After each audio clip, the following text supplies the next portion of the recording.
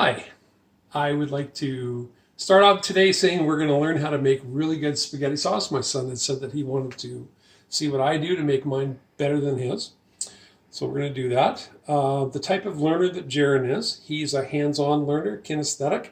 So that means I don't give him a lot of instructions in detail up front, but I don't even model for him, but what I'm going to do is let him do the hands-on and I will guide as we're going through the process. So let us begin. Jaron, we'll start with you washing your hands.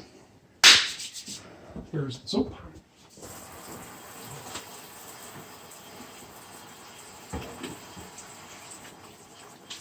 Yeah, dry it on one of those nice clean cloths.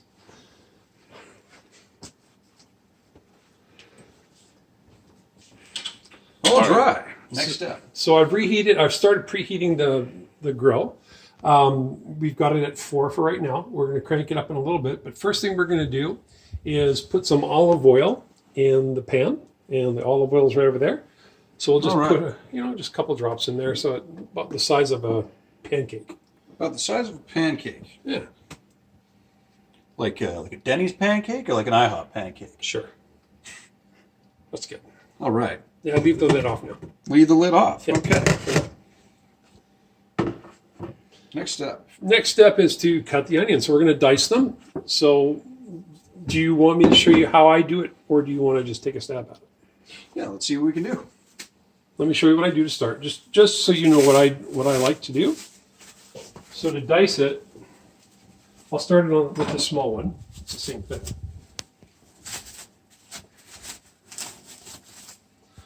So I make sure that the ends are off on both sides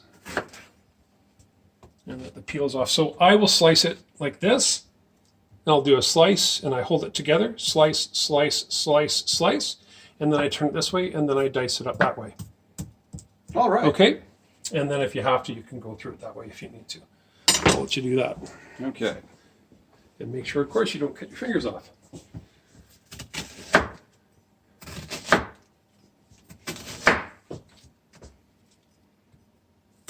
Excellent. Yeah,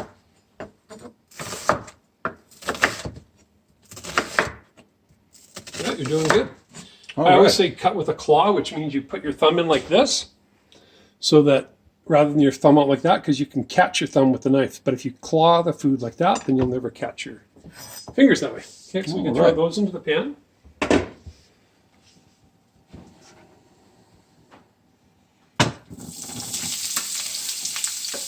Excellent. And now we're going to dice up the orange pepper there. All right. Now, you have a certain method for this as well? Sure. Well, first we're going to cut out the bottom. So we just slice around like this. Just cut it out. And the seeds, it's okay if you get the seeds in the frying pan because it just adds for flavor. All right. And then cut it. I'll cut it in half and in half. And then I'll cut them in smaller pieces so that they're about this thick each. Okay. Yep. And then we'll, again, cut them in small slices like this. All right.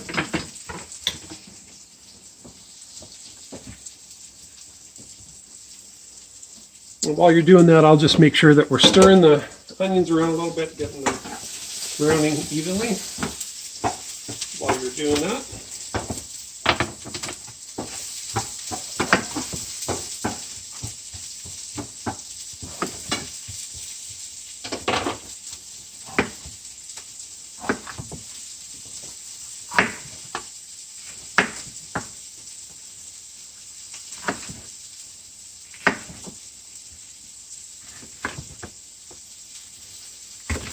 Excellent job on the size of the thickness, and now we just cut them the other way and make them nice small squares. Perfect. So for me, the key for successful spaghetti sauce is complexity of flavor.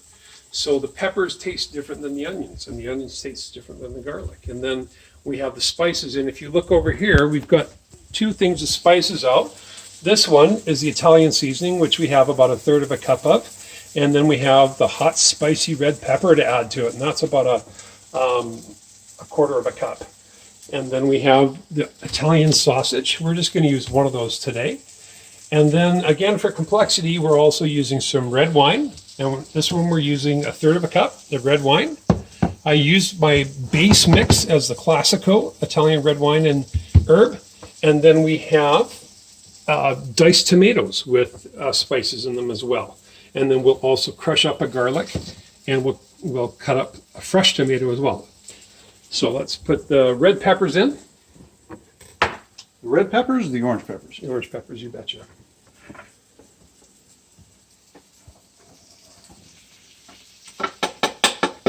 All right. Next step. So let's stir those up a little bit, and then let's add about a half square of butter. I've already got it pre-cut, so you just have to slice it off, All right. just to give a little bit more. And put a little bit of water in the pan. A little bit of water. Okay. Yep. What the How water much water? does, the water stops the butter from burning. Okay. Yeah, because we're at a fairly, actually we'll raise the heat here in just a second, but when you raise the heat on the, that's enough, yeah. When you raise the heat on the burner, it will make your butter go brown unless you have water in it. And you want to turn it up to about 5. Up to 5. All right. The water, I definitely didn't know that. Yeah.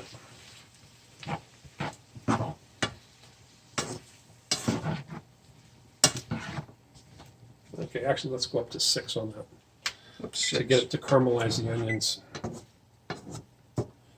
And with that working, we can now begin to slice the sausage. So you want to take the sausage, we're going to cut them in slices about, I'd say, I don't know, 1/4 of an inch. How many sausage? We're going to use all of these. I'm not going Okay. to use this, so I'll put this in the fridge. Slice those up on the board, and then we'll mix those in once this is all nice and caramelized.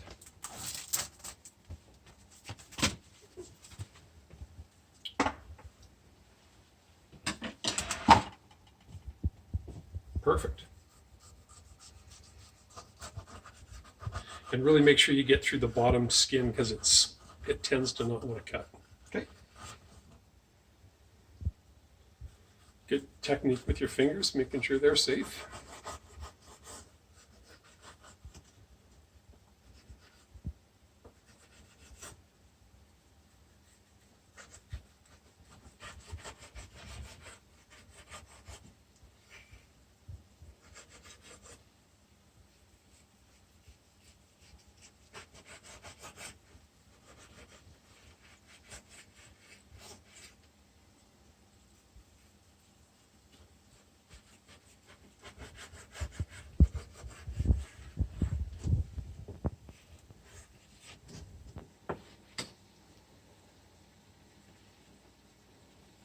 Awesome. You're doing really good, Jared. Those are better than I do. Oh, thank you very much. Yeah.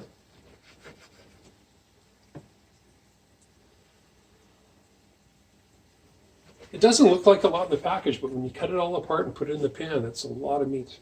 I would agree. Not that there's anything wrong with that. Nope. All right. Now Good. let's perfect. We'll slide that into the saucepan. And then we're going to let that simmer for a little bit. We'll mix it up with your spatula, Okay. and then we'll let it set. Excellent. We're getting a good mix there. That's awesome. All right, it's been simmering for a little bit here. I'll have Jaron check that out and stir it around, and then we're going to clean up that cutting board and knife and get ready for the next step. All right. Nice browning in the sausage. Onions are caramelizing nicely. Looking good. Smelling better. Yeah, smells really good. Good. Yeah. All right.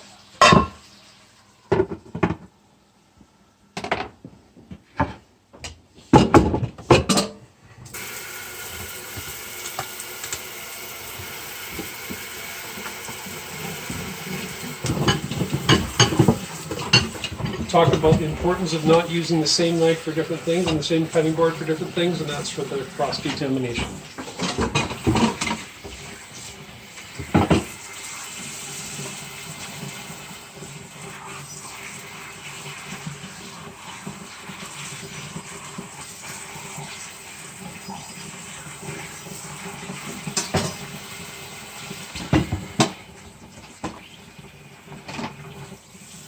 All right, all nice and clean. Right on. Now we're going to do the same thing with this, the remainder of this tomato. We're going to use some fresh tomato as well as diced tomato as well as some tomato sauce. So we'll dice this the same way we did the other thing, the onions and the red pepper. Making sure to get rid of that core first. And just Just cut in half. You know, cut it in half. Yeah, Okay. just cut in half. Easy enough to do. We'll get smaller from there. Okay. We use a serrated edge on the tomato just so that it cuts through the skin a lot easier and doesn't squish the tomato all over the place.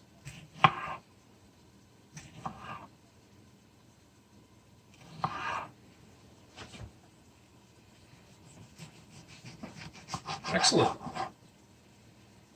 Watch that thumb.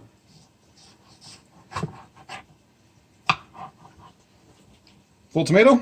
Yeah, let's do the whole tomato. Okay. So, cut out the core, I believe. Yeah.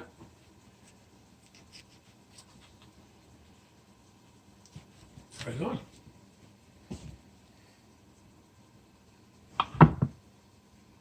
You're definitely good with your hands. I try to be. You have a lot more dexterity than I do. I fumble things a lot.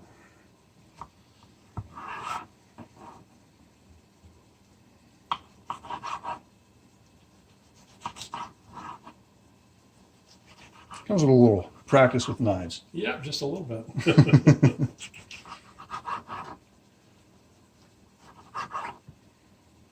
Good stuff. All right, we'll throw that in the pan now.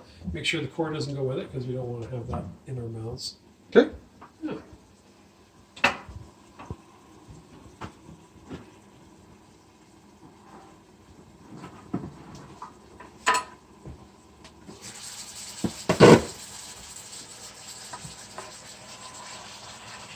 And again, great skill putting it in there. I would have messed it up all over the place. I guarantee you. We'll stir that in. And by now, most of the sausage has turned a nice color. Some of it's still a little bit red in the middle, so I'll make sure that those are turned over. Getting heat on the bottom of those. And then the rest of it will heat up as we're simmering it, so I'm not too worried about it being perfectly cooked before we put the sauce in. But getting it brown gives it a little bit of more flavor. All right. So we'll leave the lid off right now. We've turned up the heat to 7. And that's going to get it nice and brown. And now we will open up the tin of diced tomatoes and the Classico. And then we'll show you the garlic thing. Once we've done these two things and put them in, we will then go to the garlic, which I'll show you a life hack on how to break it down faster. And any special pouring tips with the diced tomatoes? You just want to make sure you don't splash it, that's all. All right. Yeah, good question though. Yeah, pour it right in the middle, slowly. Excellent. Let's get a good close-up of that. Nice, look at all that rich tomato. And the red wine, of course, is going to go in there, and that's going to add more of the texture to the wine. How's the red wine going in right away? No, we'll let that sit a little bit. We'll let that stew in together. And we can put the lid on now. And we'll do the spices in just a little bit, but right now we'll do the garlic. Okay. So for the garlic, what you want to do, if you're lucky, it won't go all over the floor, but you want to hit it with the meaty part of your hand. Hit it like that, and it should break it apart. And then hit it a couple more times. Or you actually can start from the top, from the bottom, I should say, and that should break it apart and get most of the sauce off, most of the skin off. All right. You got to hit it hard. There you go. A little bit of loss, but so far, so good. Yeah. The idea is that it gets off most of the skin. Like you can see this one here. It's easily peeled off just like that. So it's already doing a good job of coming off. And that's the idea. You want to do as little work as possible as getting the skin off. As much as I can. Are you going to tape now? Film now? Okay. So to do the garlic, I put as much of the garlic in here as possible. And once I do that, then I squish it over the sauce pan, and I push it in, and I cut off what's come through, and then move it around again, and then add more. So Okay. let's try that.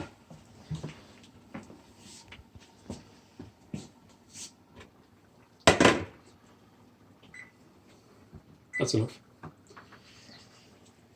Grab the knife. All right. Excellent. You can see how all that comes through. Okay, and then open it up and move that around first before you put new stuff in, because it squishes to the side. There you go, and then add some more garlic to it. Then add some more right away. Yeah. All right. You're working like a pro there, guy. Perfect. Nice.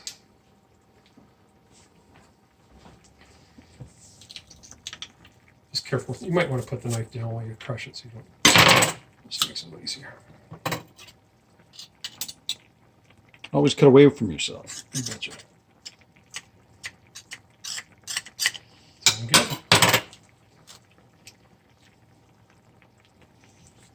And one last time. And you know, a lot of people say use 1 or 2 cloves. I'm like, no. More garlic the better in my household. So we use the whole head of garlic. I don't think you can ever have enough.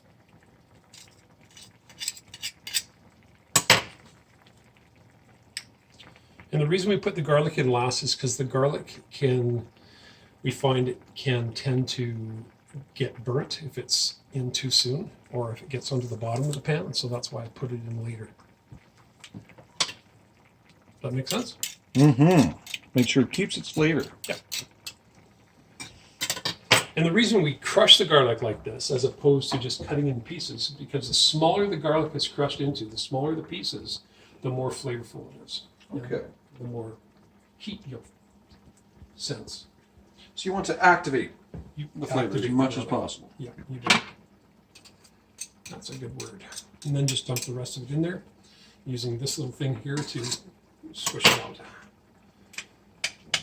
And then wipe around the edge. It's all good stuff. Excellent.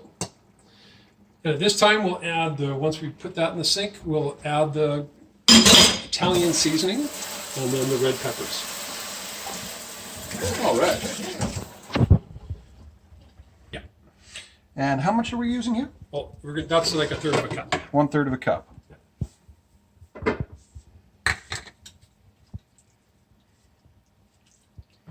And then the measurements for the red peppers? 1/4 cup.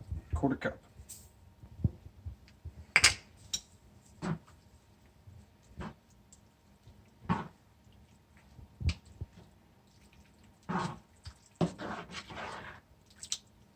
So this is the least processed food, so that's what this is going in here first. As you can see, the pan is full, so we're going to transfer the remaining of this once it's done its cooking, which we're going to let it simmer for about 20 minutes, and then we're going to come back and we're going to put this in a bigger saucepan to do the final work with the spaghetti sauce. And yeah, And the red wine. and the red wine can go in at that time as well, All right. once we transfer to the bigger pot. Perfect. Lid on or off? Lid on, and we'll let her simmer away. We'll turn it down from 6 down to 3. Down to 3. And this is what we call allowing the flavors to all meld together. So this is where it takes the time. We'll set the timer here. Push timer 2000 and timer.